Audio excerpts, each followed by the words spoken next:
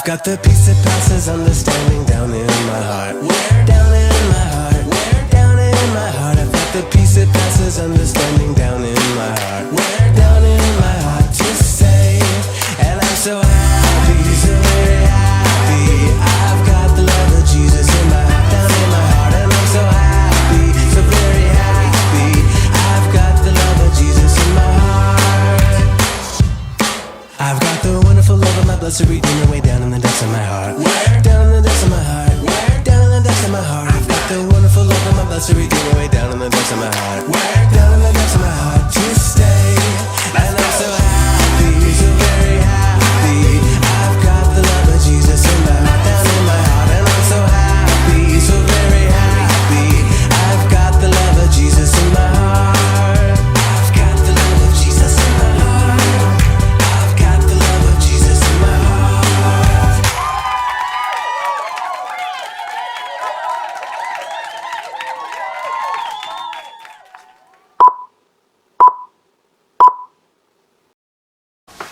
Hi guys, it's Christina. I hope everybody is doing well. I hope everybody is happy and healthy and safe. Thank you guys so much for joining me. Thank you for everybody who joined in last Sunday and watched the lesson that Diana prepared.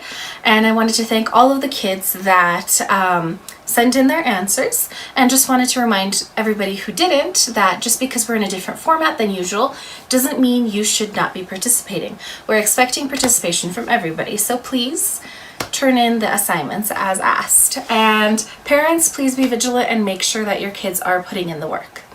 So I don't know if many of you guys know, you probably do, but today is Palm Sunday, and we're going to be celebrating that and talking a little bit about that story today. It's actually the story of how Jesus returned to Jerusalem for the very last time before his crucifixion. So let's jump in.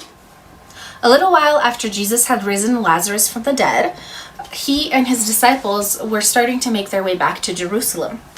And on their way, they were getting close to a village, and Jesus said to two of his disciples, "You guys run ahead and get a donkey that is tied up." And he explained exactly where it was going to be tied up and how they can find it. And he said that if anybody asks what you're doing, just tell them that the Lord needs them, and they should let you go. So the two disciples ran ahead, did exactly what Jesus said, and little do you know, the owners asked, "Hey, what's going on? What are you doing with our donkey?" And they told him exactly what Jesus said to say. They said, "The Lord needs him." And the owners of the donkey were like, "Okay, cool, fine." And they took him. So Jesus chose kind of a different animal, right, to ride in. You don't see a lot of people riding in on donkeys. He could have chosen a much cooler animal, like a stronger animal, like a horse or something, right? But there's actually a very specific reason why Jesus said to bring a donkey, and it was actually to fulfill a prophecy that Zechariah had foretold.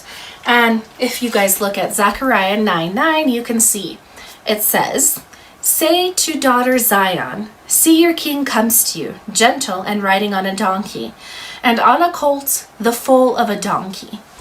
So by riding in on the donkey, Jesus fulfilled this prophecy.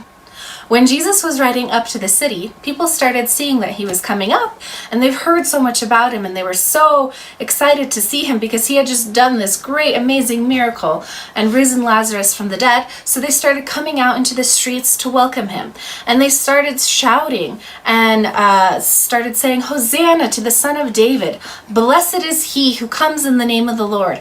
Hosanna in the highest heaven."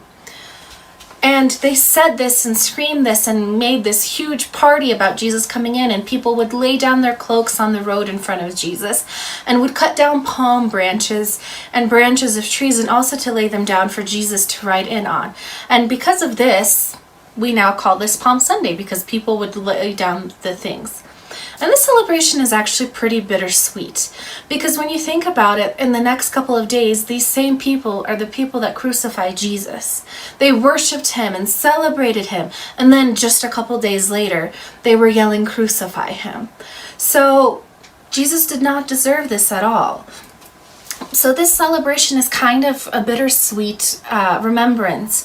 So we here today should be celebrating Jesus, and we do celebrate this holiday And it's bittersweet for us today as well because it's exactly a week before we celebrate Easter. So we celebrate him and we raise his name up, and in a couple days we will be remembering his death.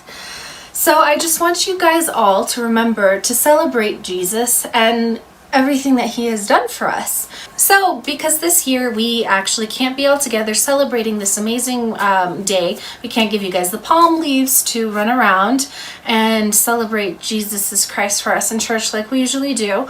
I want you guys to praise Jesus in a different way and show your neighbors that you are. I actually got this idea from a YouTube channel called NMBC YouTube. So I want you guys to join in and do this as well. So if you guys look at the word Hosanna, it has 7 letters in it, the same amount that there are days in the week. So for the first day, today, you take a sheet of paper, just a blank sheet of paper, it could be any color that you want, draw a big H on it, fill it in with color, designs, anything, just make it as pretty as you possibly can, and tape it up to your window. Tomorrow, you will do the same thing, but with the letter O, and so on until you have the whole word Hosanna in your window. And that way, your whole house will be shouting Hosanna to your whole street, and you can celebrate Jesus that way. Thank you guys so much for watching. I hope you guys have a great and blessed week. You guys can send pictures of your guys' words to dimienka@gmail.com. Have a good week, everybody. God bless.